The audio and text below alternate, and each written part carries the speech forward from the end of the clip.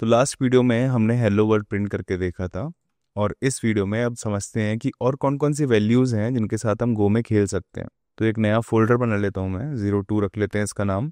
Values की बात करेंगे तो वैल्यूज़ रख लेते हैं। अगेन इसके अंदर हमें एक एग्जीक्यूटेबल फाइल बनानी होगी। नाम हम कुछ भी रख सकते हैं, मैं अभी के लिए मेन रख रहा हूँ dot go. Main dot go को एक पैकेज में हमें रखना पड़ेगा, तो ये पैकेज हमारा मेन होगा क्योंकि हम चाहते हैं कि हमारी फाइल एग्जीक्यूटेबल बने।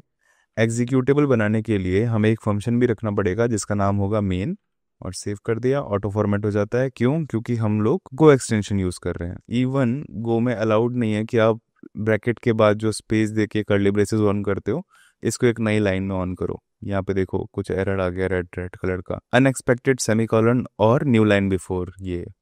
तो कर्ली ब्रेसेस से पहले हमें यही देना है, मतलब फंक्शन इस तरह लिखे जाएंगे गो में। तो अब हम देख चुके हैं ऑलरेडी कि एफ एम टी डॉट अगर मैं करूं और प्रिंट एल एन लिखूं तो इस फंक्शन के थ्रू हम प्रिंट कर सकते हैं। हमने हेलो वर्ल्ड प्रिंट करके देखा था। मैं फिलहाल के लिए गो प्रिंट कर देता हूं, तो ये हो गया प्रिंट। एक चीज और नोटिस करने वाली यहाँ पे ये है कि मैंने खुद से ये लाइन नहीं लिखी इंपोर्ट करने की, है ना। मैंने simply F M T dot print L N लिखा और F M T print L N लिखते ही ऑटोमेटिकली इंपोर्ट हो गया हमारा एफ एम टी पैकेज। ऐसा कैसे हुआ? ऐसे होने का रीजन था कि हमने गो एक्सटेंशन यूज में लिया हुआ है। तो ये टेक केयर कर लेता है इन चीज़ों की, ताकि हम अपने लॉजिक पे ध्यान दें और ये जो basic structure of go file है उसका हमें ज़्यादा स्ट्रेस ना हो। तो एक बार इसको रन करके देख लेते हैं। अभी मैं कौन से फोल्डर में हूँ? अभी मैं गो फोल्डर में हूँ। तो मैं चाहूँ तो गो से भी रन कर सकता हूँ। मुझे रन करने के लिए लिखना पड़ेगा गो रन, एंड देन मैं यहाँ पे 02 ऐसे वैल्यूज देके फिर मेन डॉट गो लिख सकता हूँ। तो ये रन हो गया, गो आ गया यहाँ पे, राइट। अब देखो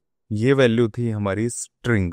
नेक्स्ट वैल्यू हम प्रिंट कर लेते हैं इंट का। उसके बाद हमारी एक वैल्यू आ जाएगी फ्लोट की, और उसके बाद एक और वैल्यू है, वो है बुलियन की। बुलियन को हम लोग गो में बूल लिखते हैं, तो मतलब बुलियन का शॉर्ट करके, जैसे इंटीजर का शॉर्ट करके इंट हो गया वैसे ही। तो अगर मैं यहाँ पे F M T dot print करूँ अगेन एल एन, और यहाँ पे कोई भी नंबर लिख दूँ 1 2 3, तो ये एक इंटीजर वैल्यू है और ये प्रिंट हो जाएगी एज इट इज। इसको भी प्रिंट करके देख लेते हैं एक बार। तो हम लोगों ने go run again 02 values main go, और यहाँ पे 1 2 3 प्रिंट हो गया, राइट।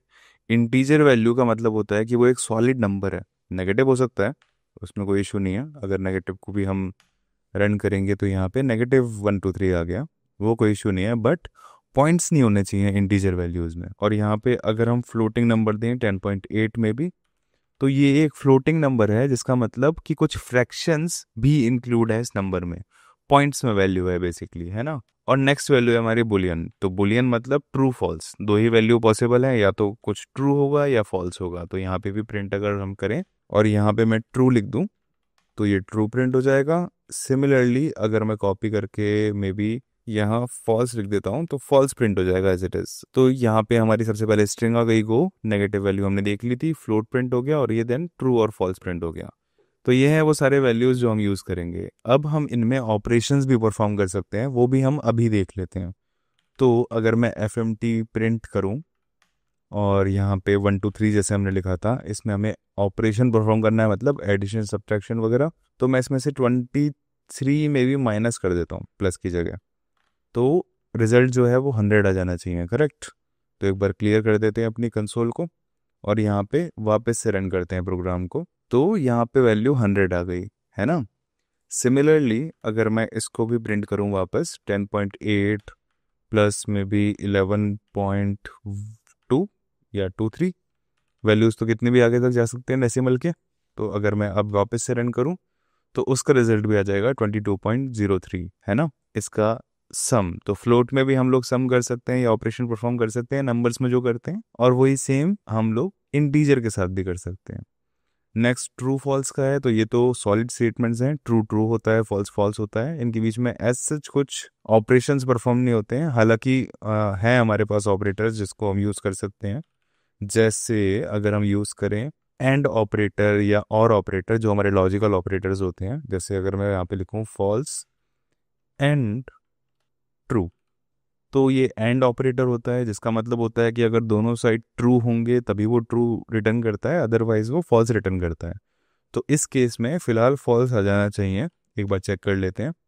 तो यहाँ पे अगर हम वापस से प्रोग्राम को रन करते हैं तो इसका रिजल्ट आ गया फॉल्स, है ना। यहीं अगर ये और होता तो और का मतलब होता है कि दोनों में से एक भी ट्रू है तो बात ट्रू पे जाएगी या वैल्यू ट्रू रहेगी। तो अगर वापस से इसको रन करें अब, तो ये जो लास्ट वैल्यू है हमारी ये ट्रू हो गई है ना। तो इस तरह छोटे छोटे ऑपरेशंस हम परफॉर्म कर सकते हैं हमारे नंबर्स के बीच में।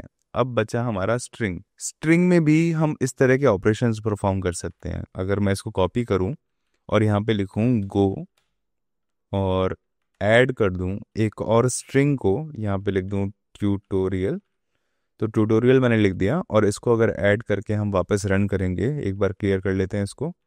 क्लियर करने के बाद वापस रन करते हैं, तो अब यहाँ पे गो ट्यूटोरियल दोनों आ गए, है ना। तो स्ट्रिंग को भी हम प्लस से ऐड कर सकते हैं, इसे स्ट्रिंग कॉन्कैटिनेशन कहते हैं। तो ये एक क्विक ओवरव्यू है कि किस तरह डिफरेंट टाइप ऑफ डेटा हम यूज़ कर सकते हैं अपने ऐप में या अपने कोड में, और किस तरह से उनमें हम बेसिक ऑपरेशंस परफॉर्म कर सकते हैं। अब नेक्स्ट वीडियो में हम थोड़ा इसकी और डेप्थ में जाएंगे और समझेंगे कि वेरिएबल क्या होता है।